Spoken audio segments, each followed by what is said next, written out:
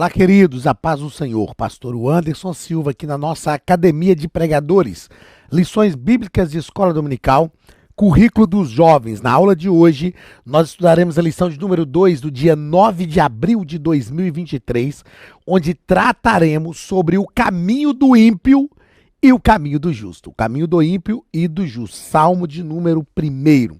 Como vimos na aula passada, é o salmo que faz a abertura não só do primeiro livro dos Salmos, da primeira sessão de Salmos, mas de todo o livro dos Salmos.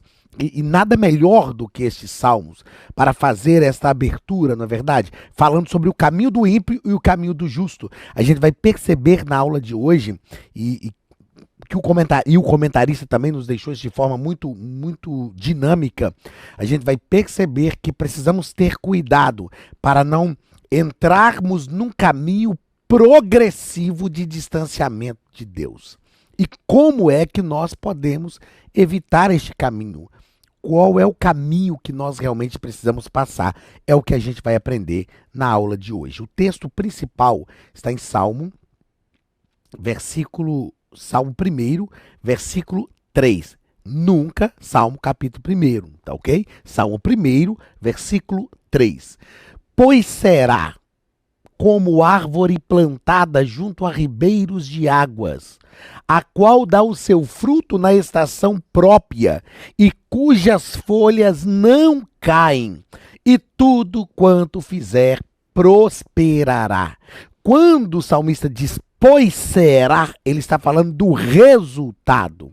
Ele está falando do que acontece. Ele está dizendo, olha, aquele que não anda segundo o conselho dos ímpios, não se detém no caminho dos pecadores, nem se assenta na roda dos escarnecedores, antes tem o seu prazer na lei do Senhor, na sua lei medita de dia e de noite. Ele vai ser desta forma aqui, ó. Uma coisa que a gente vai observar também no livro dos Salmos, e que é muito importante falar, é que os Salmos têm uma linguagem que nós chamamos de ruralista. O que é isso? Ele sempre fala a partir da observação da natureza. Por exemplo, os céus proclamam a natureza, os céus proclamam a glória de Deus, e o firmamento anuncia as obras das tuas mãos. Quando vejo os teus céus, as árvores que criaste, o salmista está sempre fazendo uma observação a partir da própria natureza. A gente estuda isso em espiritualidade cristã também, a espiritualidade da natureza. Aliás, em doutrina da salvação, que é soteriologia, a gente estuda isso também quando a gente fala sobre a revelação de Deus, revelação comum ou revelação geral e a revelação especial. A revelação comum ou revelação geral, ela é a partir da natureza humana e a partir a partir da consciência humana e a partir da natureza. Deus se manifesta na natureza. Então é isso que o salmista começa já no Salmo 1 fazendo. Será como árvore. Já parou para pensar? Claro, eu que nasci no interior, sou da roça, né? Então a gente sai da roça, mas a roça nunca sai da gente, essa é a verdade.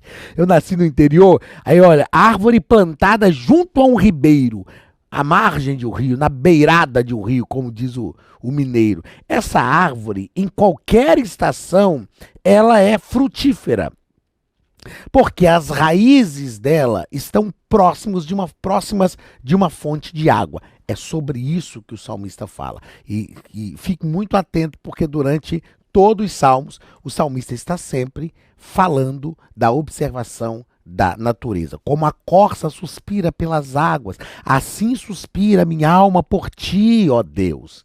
A gente vai perceber que a corça não suspirava pelas águas só para beber as águas, mas ela suspirava pelas águas porque quando o predador corria atrás da corça para matá-la, ela começava a correr fugindo do predador, ela começava a transpirar, a suar. Não é soar, de liberar som, é suar, de esquentar, transpirar. E ela começava a exalar um cheiro. E esse cheiro fazia com que o predador continuasse perseguindo-a, não saísse do seu encalço. Então ela procurava águas. É claro que nessa situação, não para beber, porque se ela parasse para beber, o predador pegava ela.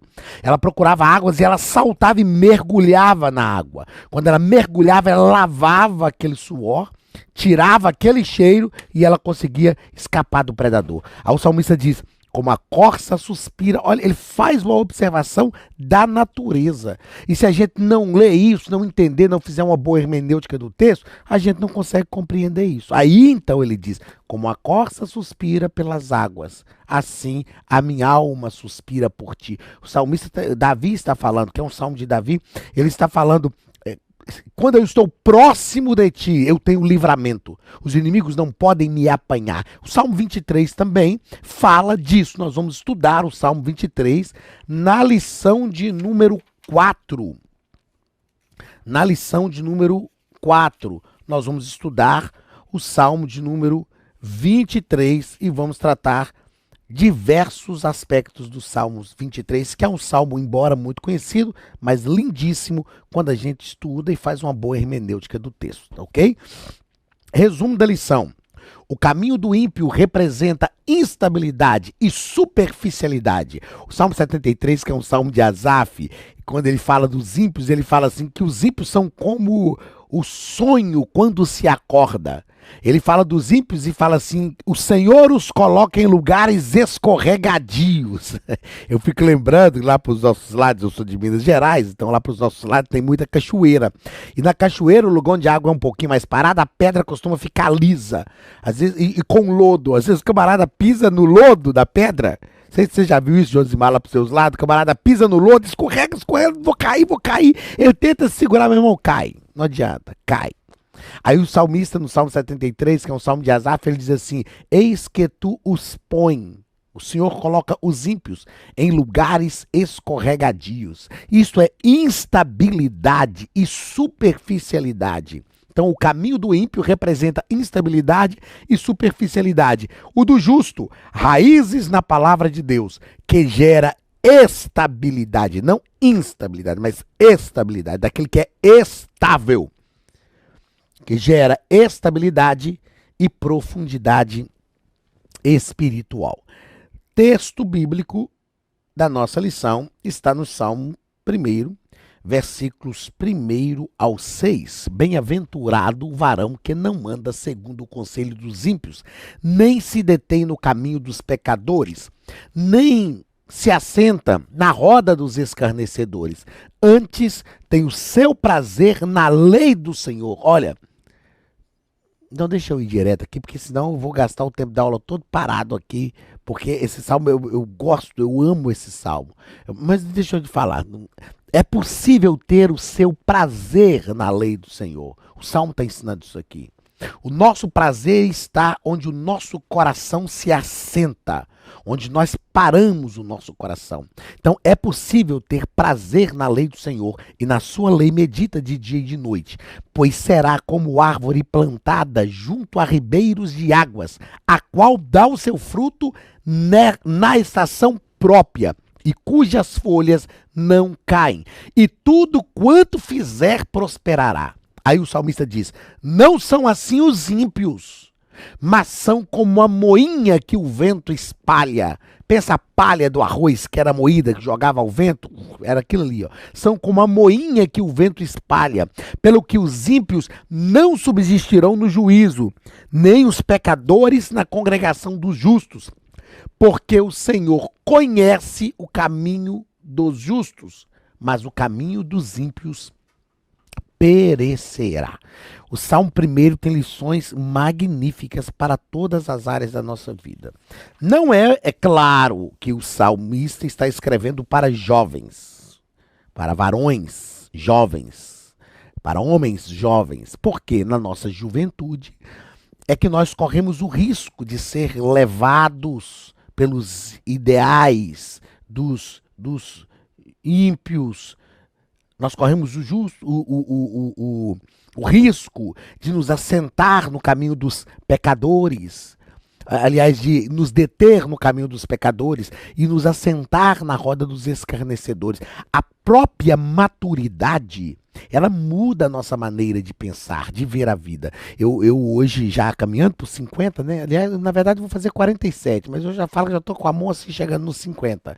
Eu aprendi que existem pecados que nós chamamos, que eu chamo de pecados da idade.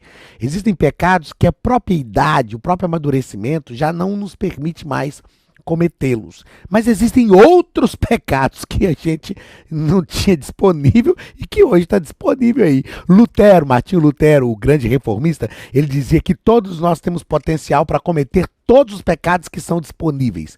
Nós precisamos nos agarrar à graça de Deus, porque a graça nos liberta, a graça nos livra. Então, embora este salmo, o salmista está escrevendo para um jovem, mas este salmo se aplica a todos nós, sem dúvida a todos nós. Primeiro ponto da nossa lição, o nosso comentarista vai falar sobre a bem-aventurança do justo. É interessante, olha, a ligação dos salmos com Cristo. Nós estudamos isso na lição passada, na aula passada. O que é bem-aventurado? É alguém que é feliz, pleno, satisfeito, alguém que se regozija, alguém que não tem falta. Jesus, depois de iniciar o seu ministério, ele percebeu que era preciso estabelecer princípios do reino de Deus. E então Mateus registra no capítulo 5, 6 e 7, o Sermão do Monte ou da Montanha, que é também chamado de Sermão das Bem-aventuranças. E olha que os Salmos, o livro dos Salmos começa com esta mesma expressão que Jesus utiliza. Bem-aventurado, feliz. Este salmo apresenta um contraste de dois estilos de vida. Uma vida sob os valores dos ímpios e uma vida sob os valores da lei do Senhor. E ele nos propõe uma escolha. Todos nós temos aqui uma escolha. E o comentarista nos diz que, com o uso dessa expressão, bem-aventurança, o salmista traz a ideia de que o ser humano só pode, isso aqui é algo que nós precisamos interiorizar em nós, ter a convicção. O ser humano só pode ser verdadeiramente feliz por causa do favor precioso de Deus. Porque em Deus nós encontramos a real felicidade. E o meu desejo é que todas as pessoas, todo ser humano, não só o crente, entendesse isso. Porque quando estamos em Deus, nós estamos ligados à fonte da nossa origem. A nossa origem está em Deus. Nós recebemos a imagem e semelhança de Deus. Então em Deus nós estamos ligados à fonte da nossa origem. E aí sim, ligados a esta fonte, nós temos condições de sermos verdadeiramente felizes. Segundo parágrafo, a Academia de Pregadores tem um recado para você. Olá, queridos alunos e alunas da Academia de Pregadores, que bom ter você conosco neste momento tão especial. Estamos aqui para apresentar a nova plataforma da Academia de Pregadores, que foi construída ao longo dos últimos meses com muito carinho, um grande investimento, para levar até você não somente um conteúdo de excelência, mas também tecnologia de ponta. Veja comigo. Os cursos estão organizados por trilhas na página principal. Aqui você encontra sugestões, lançamentos, temas específicos e outras categorias. No final da página tem uma trilha com todos os cursos. Após começar os seus estudos, a primeira trilha será Continuar Assistindo, que mostra somente os cursos iniciados por você. Sobre a capa do curso, consta o número de aulas, a carga horária e um botão para adicionar aos favoritos. Nesta seta, você pode expandir e ver um vídeo de introdução. Para fazer login, clique no avatar no canto superior direito e insira o seu e-mail e senha usados no cadastro. Caso tenha esquecido a senha, é só clicar neste link, preencher o e-mail cadastrado e a senha será enviada. No canto superior esquerdo fica o novo menu do portal. Ao abrir um curso pela primeira vez, você vê as informações do curso e do professor. E na lateral, ou logo abaixo se for no celular, está a lista de módulos e aulas.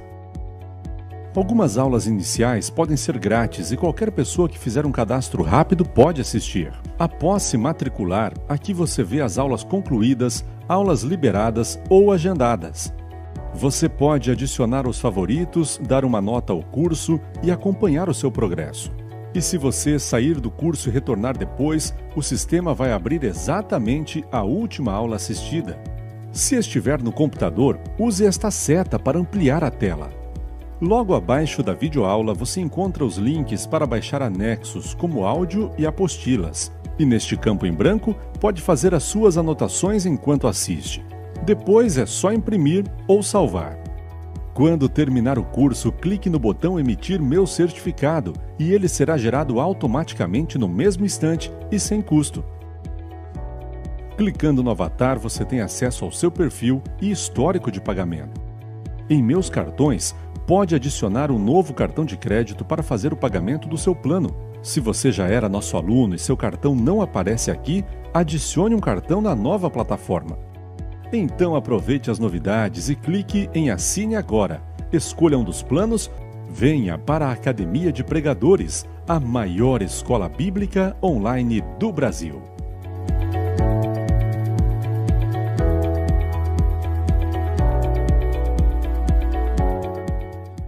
Segundo parágrafo, o justo não anda, não se assenta, não se detém, nem se assenta. Esses três verbos são muito importantes, muito importantes. Andar, se deter e se assentar.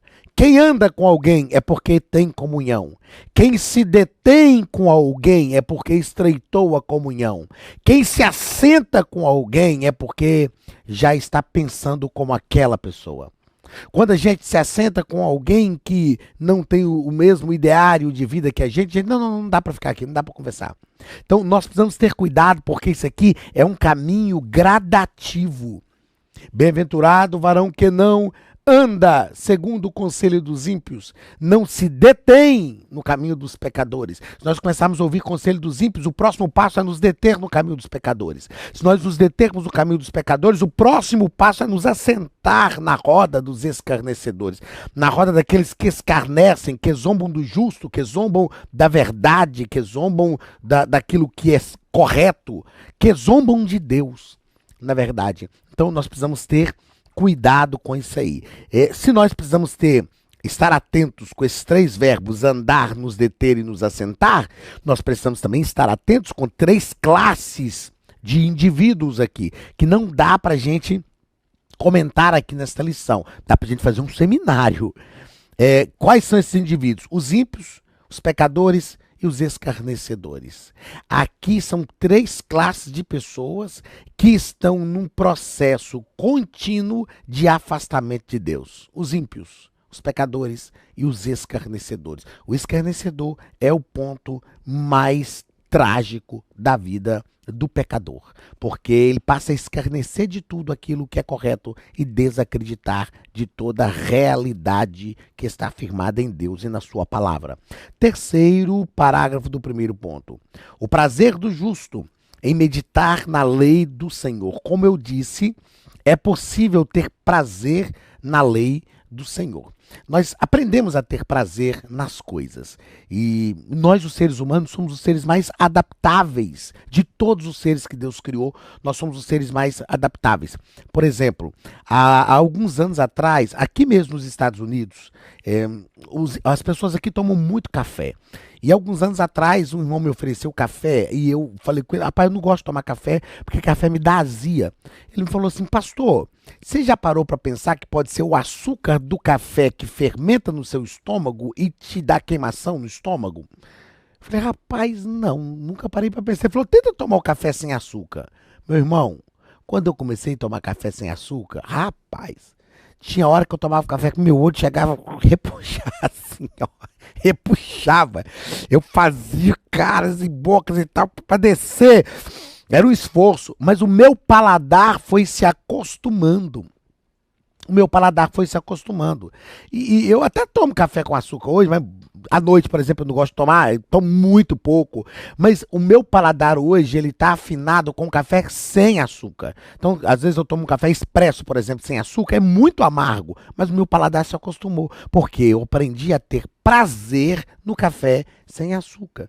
Quem não toma café sem açúcar, fala comigo que você é louco tomar café sem açúcar. Mas a gente aprende a saborear o gosto do café. O que eu quero que você entenda, é possível ter prazer na lei de Deus. É claro que a nossa carne vai tender para o pecado, sem dúvida nenhuma. É claro que a nossa carne vai tender para os prazeres do mundo. Mas nós precisamos, como já disse no início da nossa aula, obrigar a nossa mente. Paulo diz que precisamos trazer a nossa mente cativa. Eu preciso prender a minha mente em Deus. e falar com ela, você vai adorar a Deus, você vai servir ao Senhor. Sabe quando a mãe da gente pegava a gente assim, a turma de nova hoje não sabe, mas pegava a gente no canto da parede, empurrava a gente assim, fica aqui, eu já te falei. A gente tem que fazer a mesma coisa com a nossa mente. Pega ela assim, ó, dá uma chacoalhada nela e falar, você vai aprender a ter prazer nas coisas de Deus. E aí nós vamos nos acostumar a ter prazer, nos acostumar não de acostumar de forma relaxada. Nós vamos ter o nosso prazer. Aí a gente vai entender o que, olha, o salmista fala no Salmo 84, o meu coração e a minha carne exultam pelo Deus vivo. No Salmo 84, o salmista está dizendo assim, até a minha carne quer o Senhor. A nossa carne precisa aprender a desejar estar perto de Deus. Segundo ponto da nossa lição, o perigo do caminho do ímpio. Primeiro parágrafo, que conselho ouvir? Que conselho ouvir? A opção é nossa. A alternativa é nossa. O comentarista diz que, nesse caso, estamos diante de um conselho dos ímpios. Estamos diante de um conselho dos ímpios. Parar para ouvir conselho de ímpio é acabar trilhando os seus caminhos também.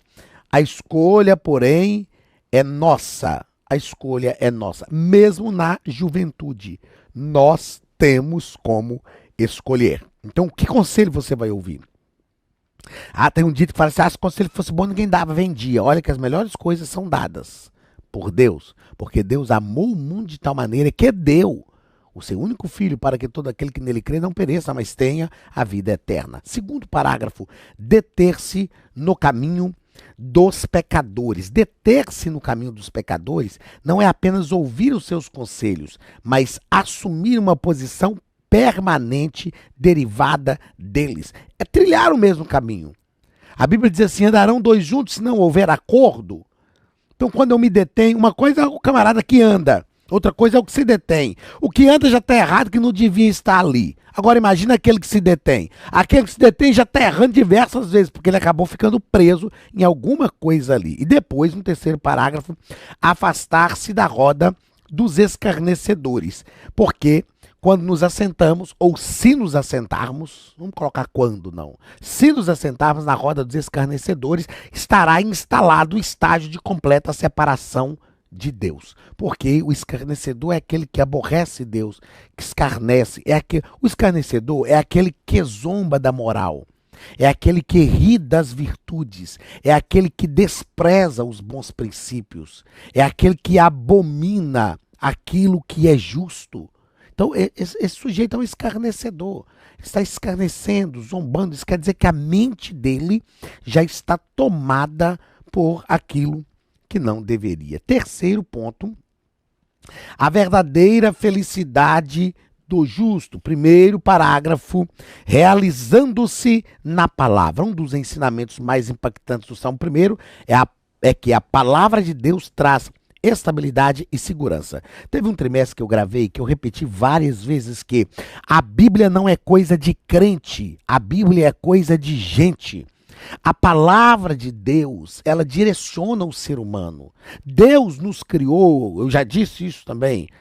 A nossa origem está nele. E quando estamos ligados a ele, estamos ligados à nossa origem. Então, observar a palavra, nos envolver com a palavra, entender que só a graça promove, a graça de Deus promove estas coisas. Tudo, quando nós fazemos isso, eu falo, gente, ó, o escritor colocou essa frase aqui no final que eu achei magnífica. Eu falo isso aqui, olha. Ser crente é uma questão de satisfação pessoal. Ser crente é uma questão de satisfação pessoal. Eu sou filho de crente e eu fui entender isso lá pelos 15 anos de idade. Ser crente é uma questão de satisfação pessoal. Eu sou feliz por ser crente. Eu não sou crente só por medo de ir para o inferno. Eu não sou crente só por uma troca com o paraíso. Eu sou crente porque sim. Eu ouvi uma história há muito tempo atrás de uma irmã que trabalhava de faxineira na casa de um médico. E um dia o médico chegou para ela e falou: irmã, a senhora está aí trabalhando de faxineira para mim e tal. E a senhora está aí adorando a Deus. E, irmã, a senhora já pensou se no final da vida da senhora a senhora descobrir que esse negócio de céu, que a senhora tanto espera, isso tudo for mentira? O que a senhora vai fazer, hein? Ela falou: não, doutor, nunca pensei nisso não, mas Eu vou fazer uma pergunta para o senhor também. O senhor está aí, ó, vivendo a vida conforme o senhor quer, falando que não existe Deus, que Deus é o seu conhecimento e tudo isso aí. E se o senhor chegar no final da vida e descobrir que o senhor estava errado, hein? O que o senhor vai fazer? Ela falou, se eu chegar no final da vida e não tiver nem céu e nem inferno, eu vivi uma vida com Cristo. É isso que nós temos que aprender e que os salmos estão nos ensinando. Gente, mais importante do que ir para o céu, estou falando para mim. Ir para o céu para mim é o resultado. Ir para o céu para mim é o final. Mais importante do que ir para o céu é viver uma vida com Deus aqui e agora. Agora nós precisamos entender o seguinte, se eu não vivo uma vida com Deus aqui e agora, como eu quero viver com Deus depois, no céu? Outra coisa, uma frase que me veio à mente há uns anos atrás.